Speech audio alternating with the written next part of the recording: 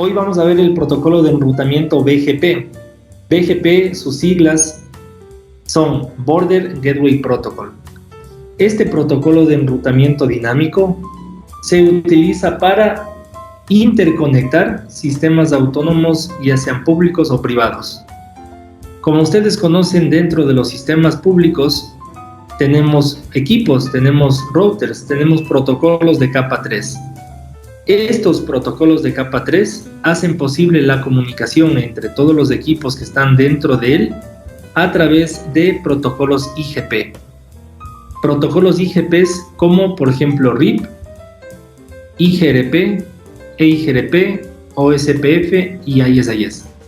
Todos estos protocolos de enrutamiento dinámico son interiores, Interior Gateway Protocol, y cualquiera de estos protocolos puede estar corriendo dentro de estos sistemas autónomos que representan ya sea una empresa, una corporación, una entidad pública, cualquier cosa. ¿Y en qué capa corre BGP?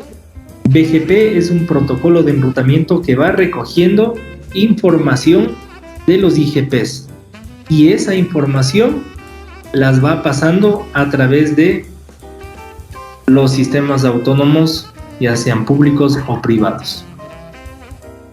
Ese es el trabajo de BGP, recoger la información de los protocolos de enrutamiento IGP y pasarlos a través de los sistemas autónomos. Y estos, a la vez, son publicados hacia Internet.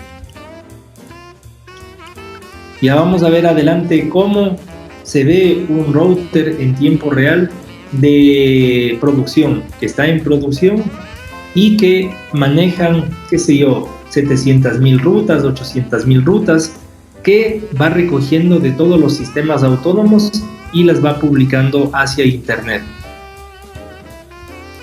Ahora, BGP es un protocolo EGP. Recuerdan que dentro de los protocolos de enrutamiento existen dos tipos: los protocolos IGP y los protocolos EGP.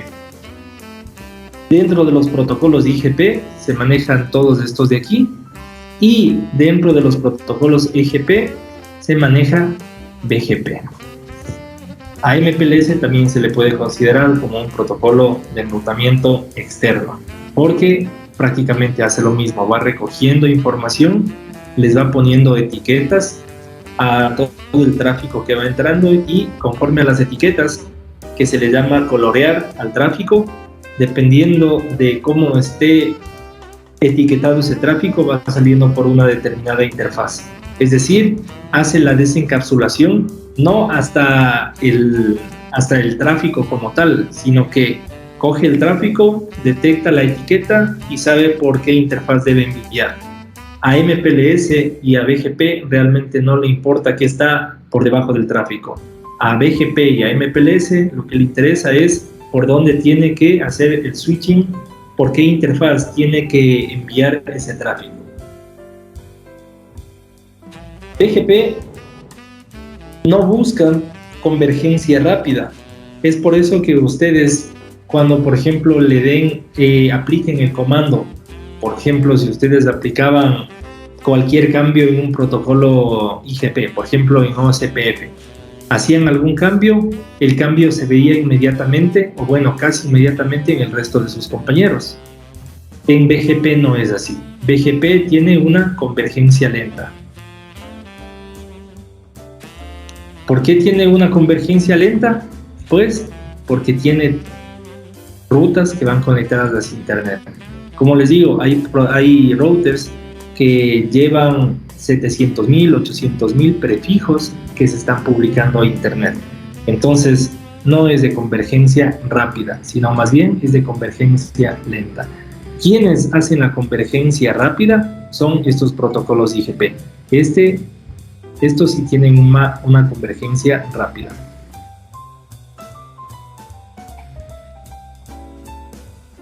¿Qué más? BGP lo que va a hacer es implementar políticas de enrutamiento. Eso es lo que va a hacer BGP. Va a implementar políticas de enrutamiento. ¿Y a qué me refiero eso? Me refiero a manipular el tráfico. Por ejemplo, si yo tengo aquí, entre estos dos sistemas autónomos, yo tengo dos conexiones que van a dos routers diferentes. Digamos que este enlace de aquí es el enlace principal. Voy a ponerle aquí, este es, por ejemplo, el enlace principal y este es el enlace de backup. Ya sea porque tengo un mayor ancho de banda por aquí con el ISP o por lo que sea, digamos este es el ISP. Y este somos nosotros con una empresa.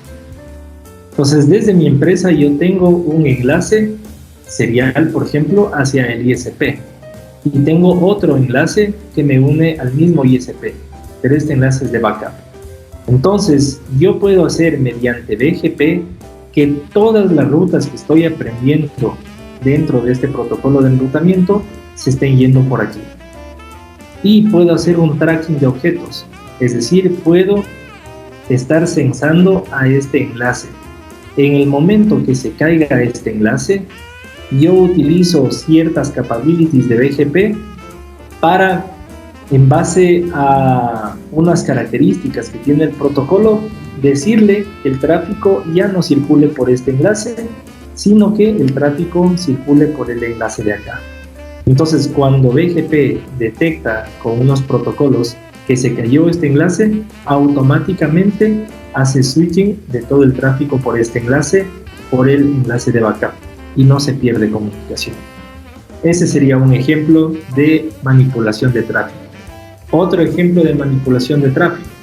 Digamos que aquí yo tengo prefijos que empiezan, por ejemplo, prefijos que empiezan con X, por poner un ejemplo, ¿no? Y prefijos que son de Y. Entonces yo puedo hacer mediante BGP que los prefijos que sean parte de la red X vayan por este enlace de aquí. Y los prefijos que empiezan con esta red, quiero hacer que vayan por este enlace. ¿Eso para qué? Con el objetivo de hacer balanceo de carga. Entonces, BGP lo que hace es comunicar sistemas autónomos e implementar políticas de enrutamiento, es decir, de qué forma voy a enviar el tráfico y de qué forma voy a recibir el tráfico del otro lado, en el otro sistema autónomo. Eso quiere decir.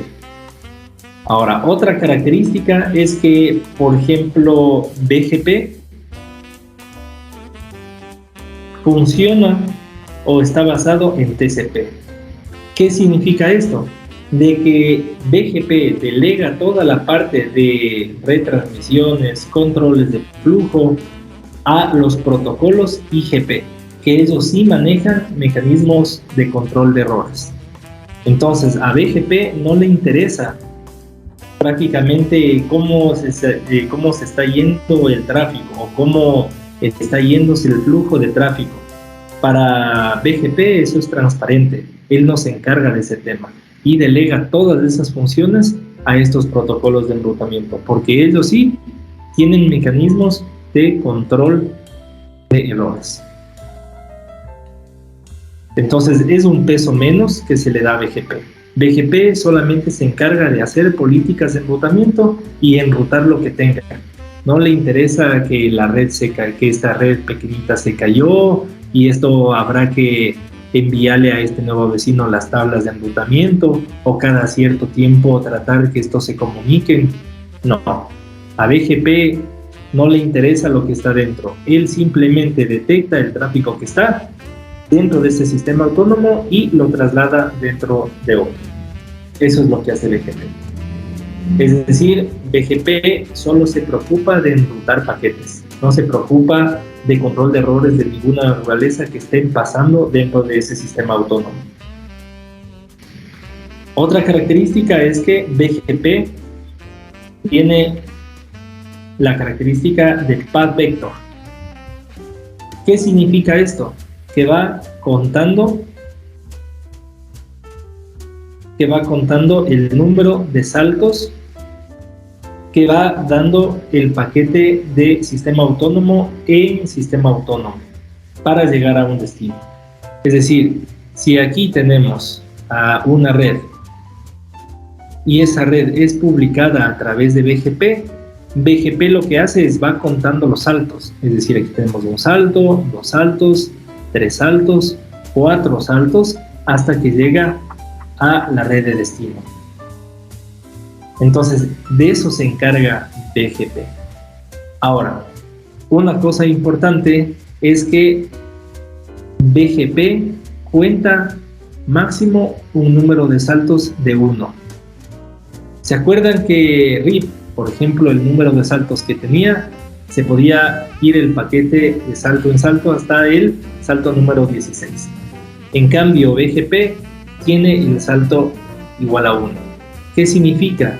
De que, por definición, BGP piensa de que los sistemas autónomos están al lado, están juntos, pero existen capabilities que podemos hacer que BGP se dé cuenta que mi destino no está a un salto, sino que está a otros saltos.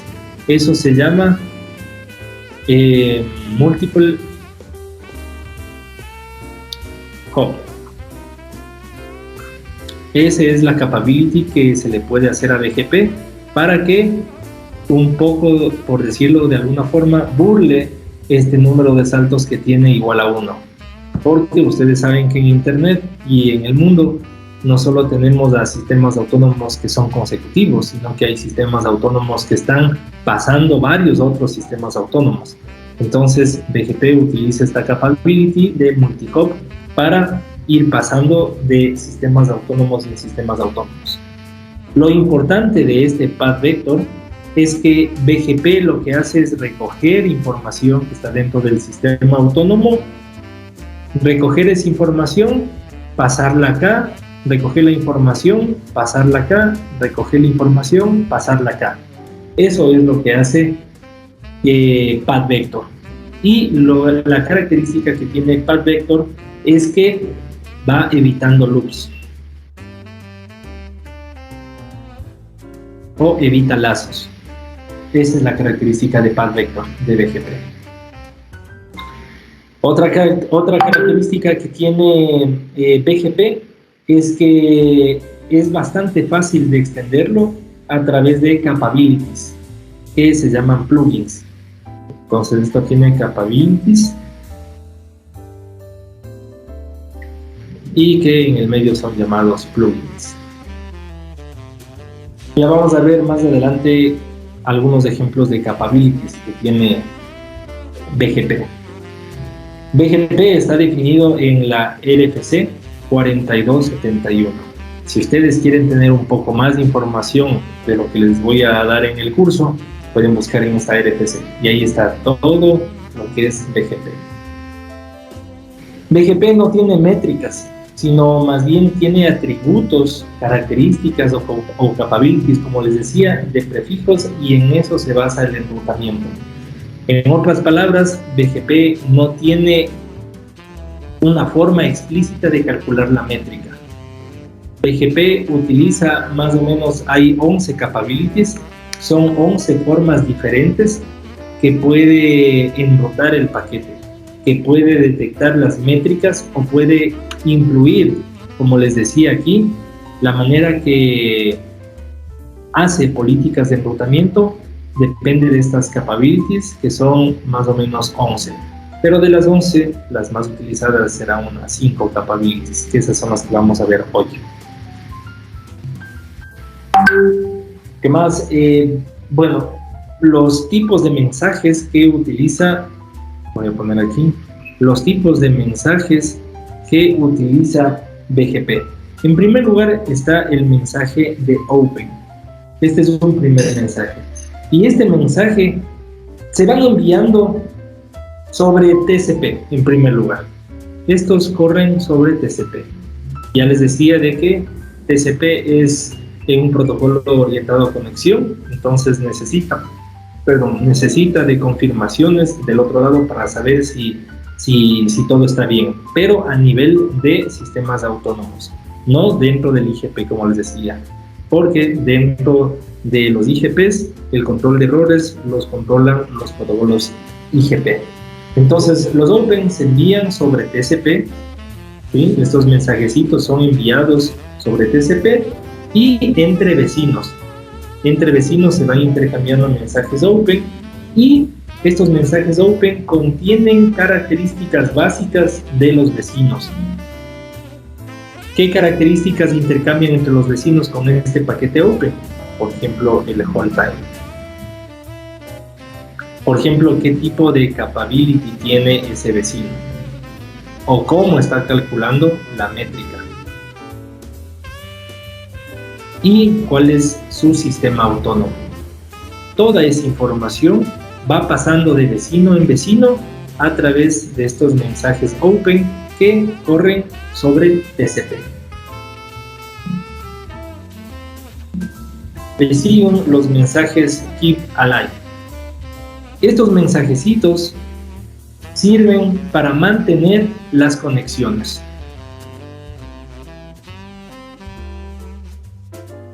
Estos sirven para mantener las conexiones.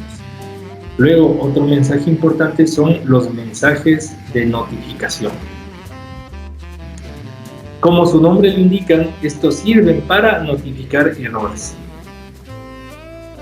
¿En dónde pueden aparecer estos errores?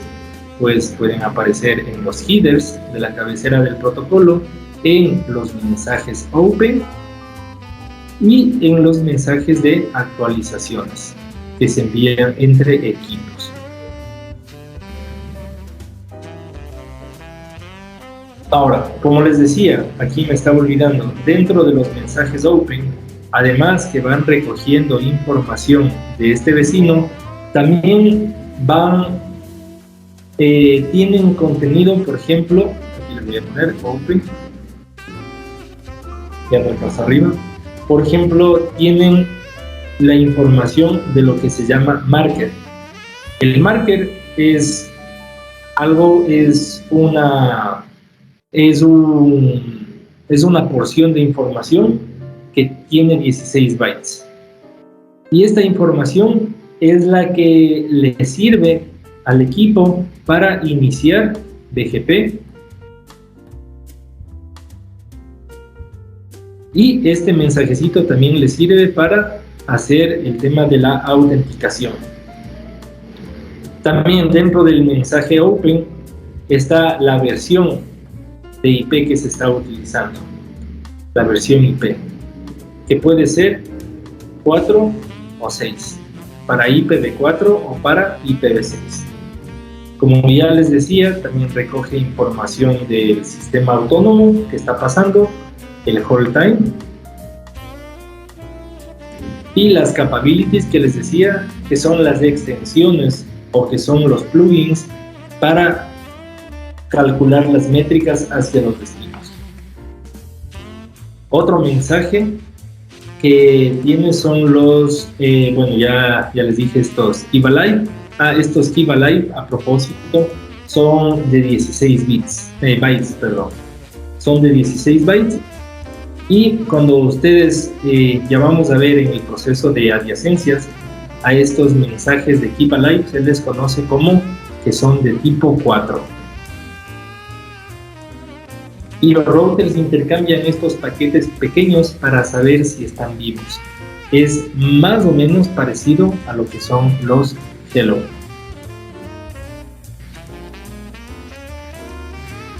Otro mensaje importante son las notificaciones, como les había dicho, e informan al vecino de los errores antes de cerrar una conexión. Por ejemplo, cuando dos routers que tienen levantada una sesión BGP tienen algún tipo de error, los routers no soportan esos errores y cancelan la conexión TCP. ¿Sí? ¿Y cuándo, por ejemplo, serán estos errores? Por ejemplo, cuando los sistemas autónomos no están intercomunicados entre sí o cuando tienen algún problema en la vecindad. Ahí se dan estos mensajes de error que son de tipo notificación. ¿Qué más? Estas notificaciones también sirven para detectar errores en los mismos mensajes, por ejemplo en Open, en Keep Alive, también sirven para notificar esos errores. Y los mensajes update. Estos mensajes update, como ya conocemos esta palabrita, estos mensajes sirven o contienen toda la información de los atributos. No contienen información de enrutamiento, sino que contienen información de los atributos que tiene BGP. ¿Qué atributos son estos? Son los famosos capabilities o los plugins. Es decir, cómo está calculando la métrica. ¿Cómo calcula la métrica? Eso llevan estos mensajes update. Ahora, ¿cómo son los establecimientos de sesiones? Permítanme crear un nuevo documento.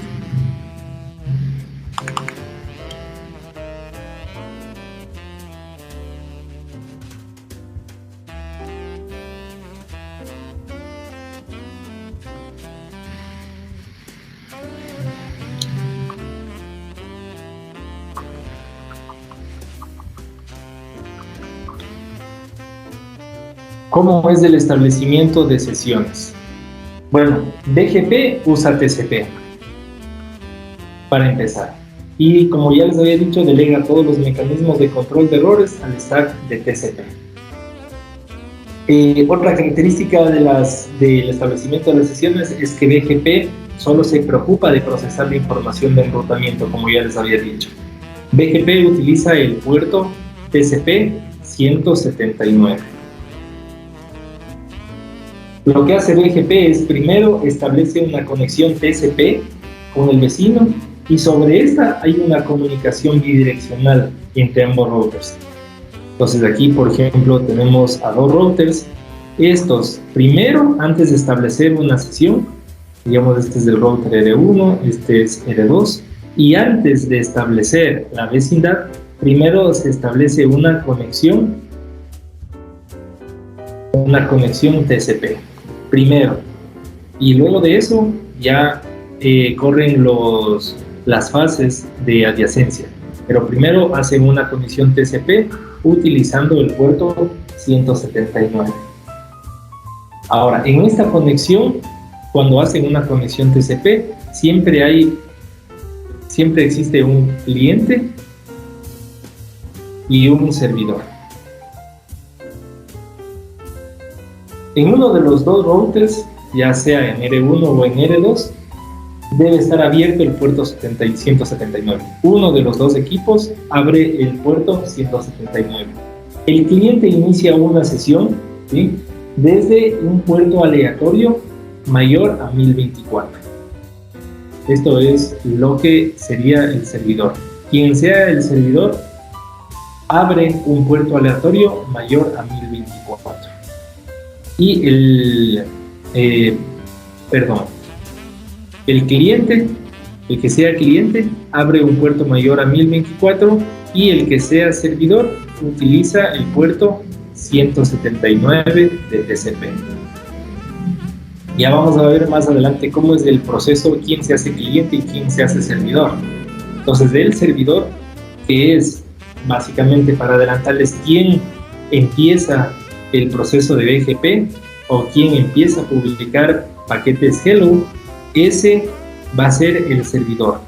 Y ese router abre el puerto TCP 179, establece la comunicación TCP con el otro vecino y este vecino abre un puerto mayor a 1024. Una vez que los dos puertos tengan conexión y estén abiertos, ahí empiezan las fases de adyacencia.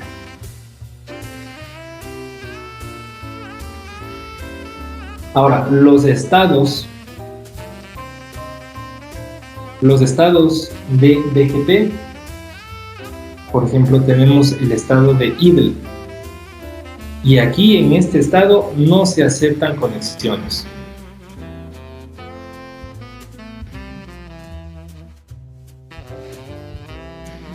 Luego pasamos a un estado de connect.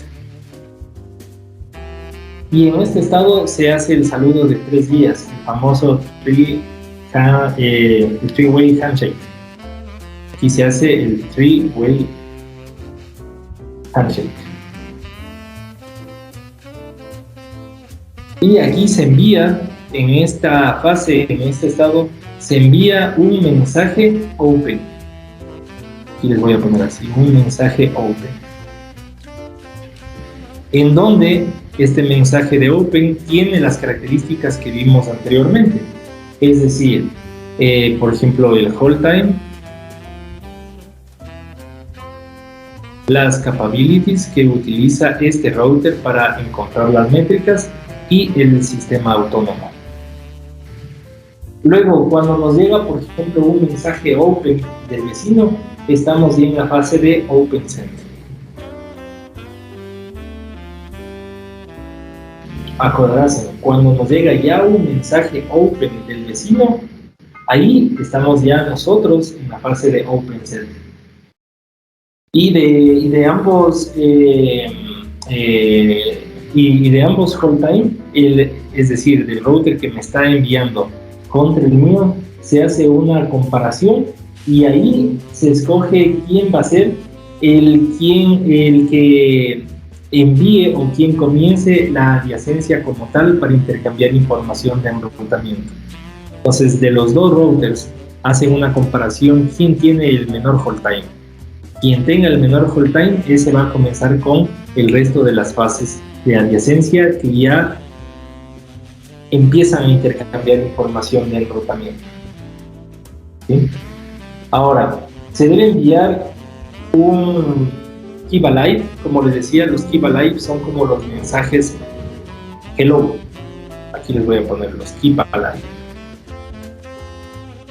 Estos mensajes se envían cada cierto tiempo. ¿Cómo se calcula estos keep alive? Se calcula quien tenga el menor hold time dividido para 3. Es decir, si por ejemplo tengo estos dos routers y un router tiene el hold time, por ejemplo, de 180 segundos y este de 500 segundos, entonces aquí se utilizará el keep alive, será cuál es el menor hold time que se tiene entre los dos, es de 180 dividido para 3 y me da 60. Es decir, cada 60 segundos o cada minuto voy a enviar un keep alive. Si es que en 3 minutos o en 180 segundos no tengo una respuesta, no tengo un keep alive de mi vecino, doy por entendido que se cayó esa adyacencia y se cierra TCP, se cierra el puerto 179 del router que está actuando como servidor y se cae la adyacencia. Entonces, para resumir, son 3 keep alives por cada hold time. O como les decía, el hold time es 3 veces el tiempo de keep alive. Por ejemplo, cuando se envía un keep alive al vecino, digamos R1 envía un keep alive al vecino, se pasa ya a la fase de open, ya a la fase de open confirm, que es otra fase.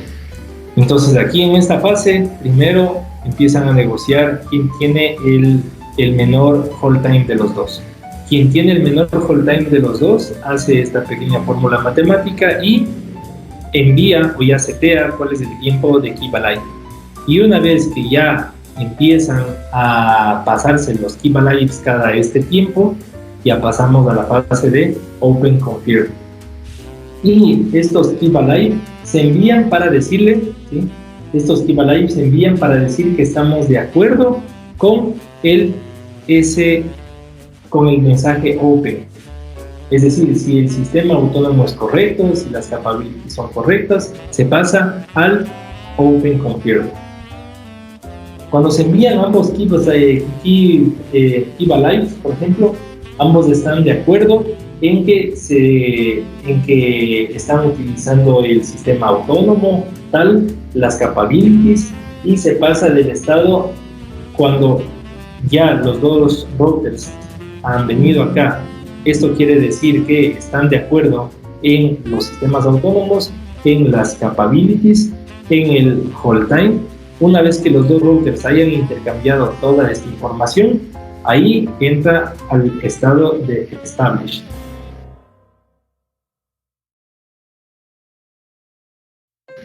E intercambian, después que ya llegan al established, intercambian mensajes update.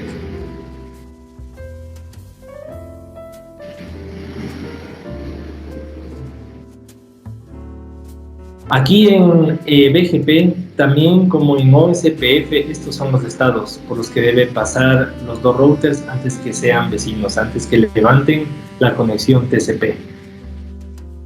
Como ustedes se acuerdan, en OSPF teníamos la palabrita A cuando poníamos show IP route OSPF. Esa palabra de A significaba que estaba esa ruta que estábamos viendo en estado de active y tenía algún problema. Algo similar también tiene BGP cuando ponemos show IP BGP y tenemos un listado de todas las rutas que hemos aprendido a través de BGP.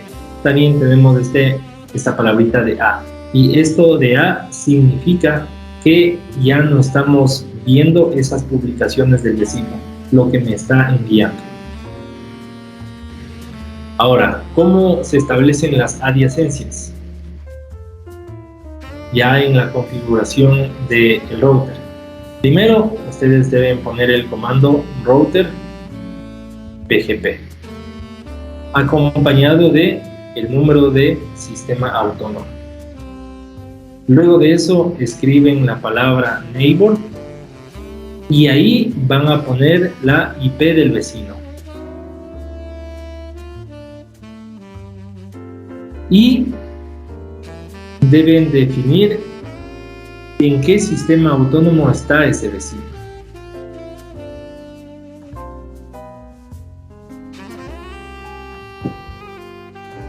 Sí, ahora, esto del sistema autónomo ya les voy a explicar, ahorita ya. Esto de los sistemas autónomos, como les decía al principio cuando veíamos IGRP, el organismo IANA, la IANA es la encargada de darnos un sistema autónomo y los más comunes son de 2 bytes. No les quería topar esto de los sistemas autónomos en IGRP porque tiene sentido los sistemas autónomos cuando estamos hablando de enrutamiento público que se inyectan rutas hacia Internet, es decir, en este protocolo, en BGP. Entonces, los más comunes que IANA entrega son sistemas autónomos de 2 bytes. Y al igual que las direcciones IPv4, los sistemas autónomos públicos también se están terminando. Ahora, hay una capability que utiliza BGP que se llama el ASPAD. El ASPAD es el mecanismo utilizado por BGP para evitar bucles entre sistemas autónomos.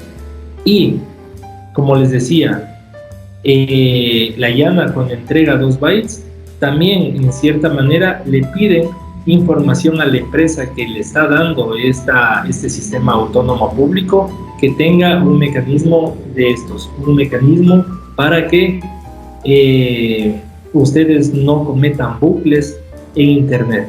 Cuando ustedes cometen, por ejemplo, aquí digamos que tienen un router de ustedes, estos son ustedes, y aquí está el mundo de Internet. Ustedes están publicando sus redes a Internet mediante el protocolo BGP, ¿no es cierto? Pero ¿qué pasa si ustedes aquí, esta interfaz de ustedes empieza a hacer flapping? ¿Qué es flapping? Cuando se está cayendo y se está subiendo de nuevo la interfaz. Si ustedes están haciendo un flapping en sus interfaces, ustedes van a afectar a todas las publicaciones que hay en Internet. Entonces, organismos como la IANA ponen una penalidad ponen una penalidad y les dejan a ustedes un tiempo afuera, un tiempo sin conexión a internet, hasta que ustedes puedan solucionar el tema del flapping. Y por cada vez, por ejemplo, les da un tiempo ustedes empiezan a hacer flapping en esta interfaz y ya no se da cuenta, les pone una penalidad a ustedes para que ya no empiecen a publicar hacia internet por un determinado tiempo. Si es que pasa ese tiempo y ustedes siguen haciendo flapping o sus interfaces hacen flapping, entonces la penalidad es el doble.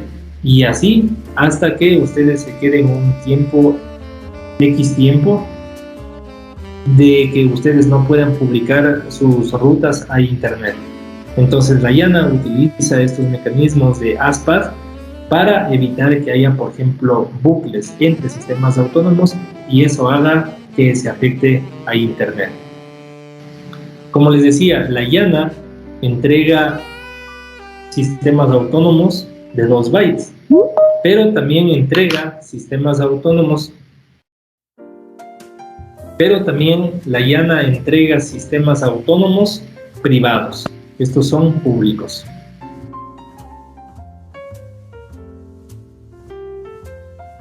Y la IANA también entrega, como les decía, sistemas autónomos privados.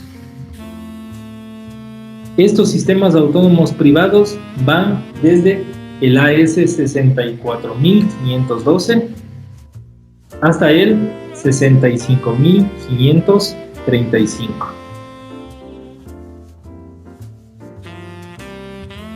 Y los sistemas autónomos públicos irían desde el 1 hasta el 64511. Estos de aquí tienen un costo. Estos de aquí son gratuitos. Pero estos AS privados no sirven para publicar rutas hacia internet. Estos simplemente se quedan privados. Por ejemplo, en IGRP, ¿se acuerdan que veíamos el tema de los sistemas autónomos? Solamente por la academia, solamente por que entiendan los estudiantes, se ponen sistemas autónomos privados. Y también en BGP se utilizan sistemas autónomos privados para hacer pruebas. Pero ustedes no pueden utilizar estos sistemas autónomos públicos porque tienen un coste y son entregados por la IANA. Cuando un paquete, por ejemplo, sale de un router a otro sistema autónomo, digamos de aquí, digamos que esto pertenece a un AS100 y esto pertenece, por ejemplo, a un AS1000. Por cada sistema autónomo, este router tiene que pasar por varios sistemas autónomos para llegar acá, ¿no es cierto?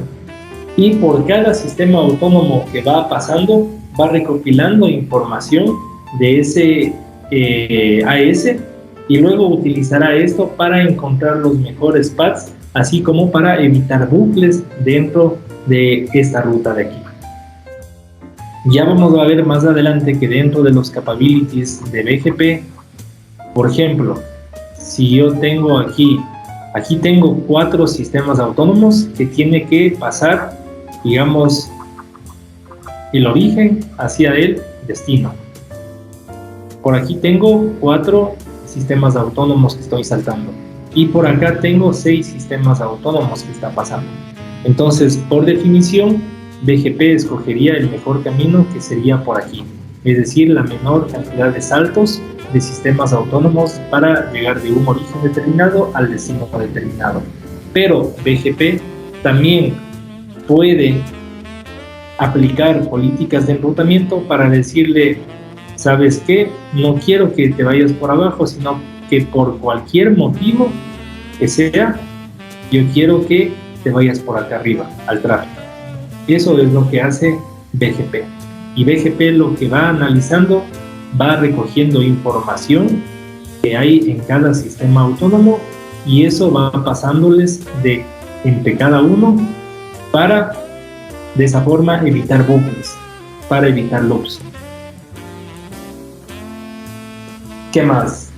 Los ASPAD, como les decía, utilizan los AS, utilizan los sistemas autónomos para elegir la ruta o el camino que tendrá el router, que es lo que estamos viendo acá. Eso es el ASPAD. Entonces ustedes cuando, por ejemplo, vean con el comando show IP BGP, ustedes van a verle al destino y por cuántos AS se ha pasado para llegar a ese destino. Por ejemplo, ha pasado por el sistema autónomo 2, por el sistema autónomo 3, por el sistema autónomo 5 y así. Es decir, ustedes desde el origen, desde el router origen, con este comando pueden saber cuántos sistemas autónomos ha saltado el paquete hasta llegar al destino. Eso es lo que hace el ASPAD. Y con este ASPAD, como les decía, va recogiendo información de todos los sistemas autónomos y en base a eso evita bucles.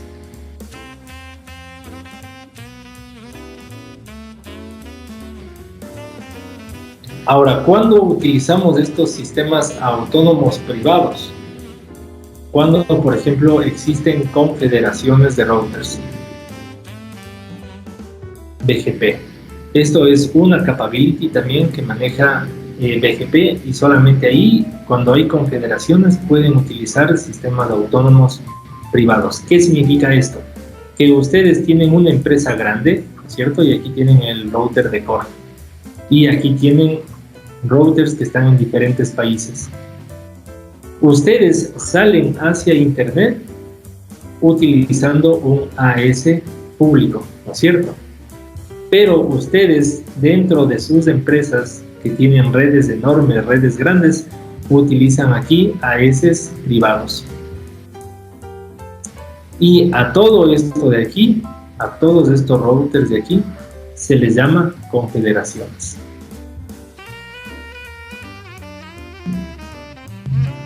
¿En qué casos también puede utilizar un AS privado? Es cuando el ISP quiere, entre comillas, hablar BGP con nosotros que somos los clientes. Digamos que aquí está CNT y este CNT tiene conexión hacia Internet y por otro lado estamos nosotros. Entonces nosotros como clientes le podemos decir a CNT que publique ciertas rutas que están aquí. Entonces nosotros podemos utilizar aquí un AS privado. Obviamente CNT tiene su AS público que ha contratado con la IANA y nosotros podemos salir al Internet a través de este sistema autónomo público. Cuando nosotros queremos tener contacto y decirle a CNT, CNT, quiero que me publiques a Internet estas rutas. Entonces nosotros tenemos BGP aquí. CNT también maneja BGP. Entre los dos se establece una sesión TCP y yo le puedo decir, CNT, por favor publica estas rutas o ciertas rutas hacia Internet. Y nosotros salimos al Internet utilizando el sistema autónomo público de CNT. En esos dos casos utilizamos sistemas autónomos privados. En confederaciones o cuando queremos, entre comillas, hablar con nuestro ISP y decirle que publique ciertas rutas hacia Internet. Entonces, si nosotros somos una empresa mediana, no necesitamos contratar en la IANA un sistema autónomo público. Nosotros configuramos un sistema autónomo privado que está administrado por una persona que puede ir en este rango, levantar una sesión BGP contra CNT y por ahí enviar todos los prefijos a través de su sistema autónomo público hacia Internet. ¿Alguna pregunta de esto?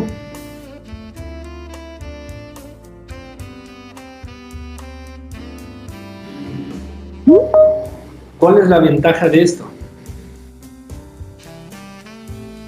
¿Cuál es la ventaja de tener un sistema autónomo privado?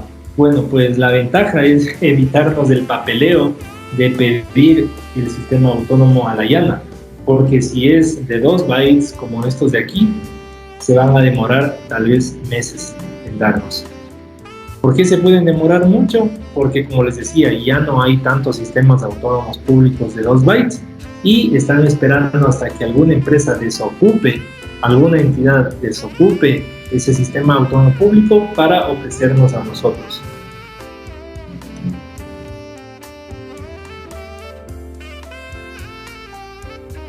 ¿Qué más? ¿No tienen ninguna pregunta?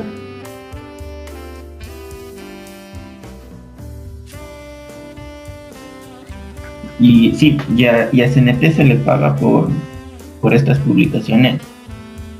En realidad no. En realidad no. Ya cuando ustedes tienen un acuerdo de servicio con la CNT, yo he visto de que ustedes simplemente les dicen, ¿saben qué? Necesito que me publiquen estas rutas a internet, y CNT utiliza BGP y publica todo eso a internet.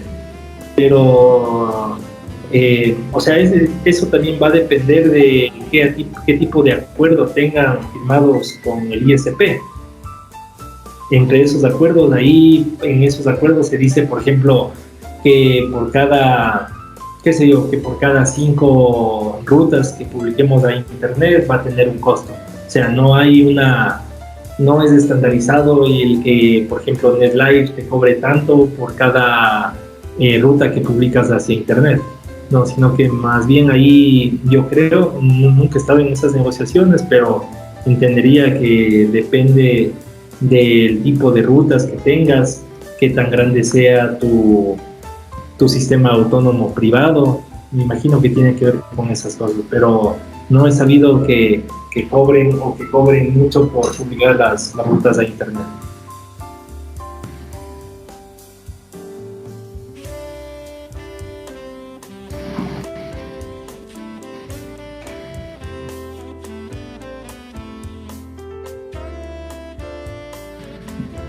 Por ejemplo, cuando ustedes tienen un sistema, ¿en qué casos también pueden utilizar un sistema autónomo público? Por ejemplo, cuando utilizan algo que se llama dual homing. ¿Qué es esto de dual homing? Cuando un sistema autónomo tiene conectividad con 2 ISPs diferentes. Entonces ahí sí ustedes deberían utilizar un sistema autónomo público. Por ejemplo, estos son ustedes y aquí tienen 2 ISPs. Por un lado, por ejemplo, tienen CNT, por otro lado, qué sé yo, tienen a TV Cable. Y tienen ustedes enlaces hacia los 2 ISPs. Entonces, en esos casos que ustedes quieren publicar, por ejemplo, una ruta de acá, quieren salir a través de el sistema autónomo público de CNT, CNT les exige a ustedes que también tengan un AS público.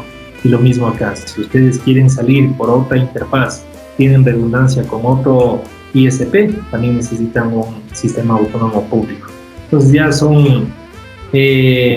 son topologías que cada empresa va a definir de acuerdo a los requerimientos que tengan.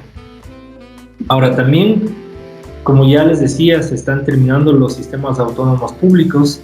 También hay o sacaron los sistemas autónomos públicos de 4 bytes. Entonces, ustedes utilizando sistemas autónomos de 2 bytes pueden tener sistemas autónomos públicos desde 1 hasta 65.535, indiferentemente si son públicos o privados.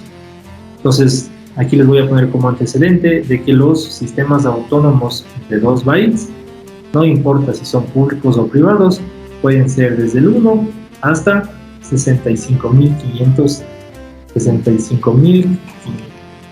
perdón si escribo bien, 65.535. En cambio, utilizando 4 bytes,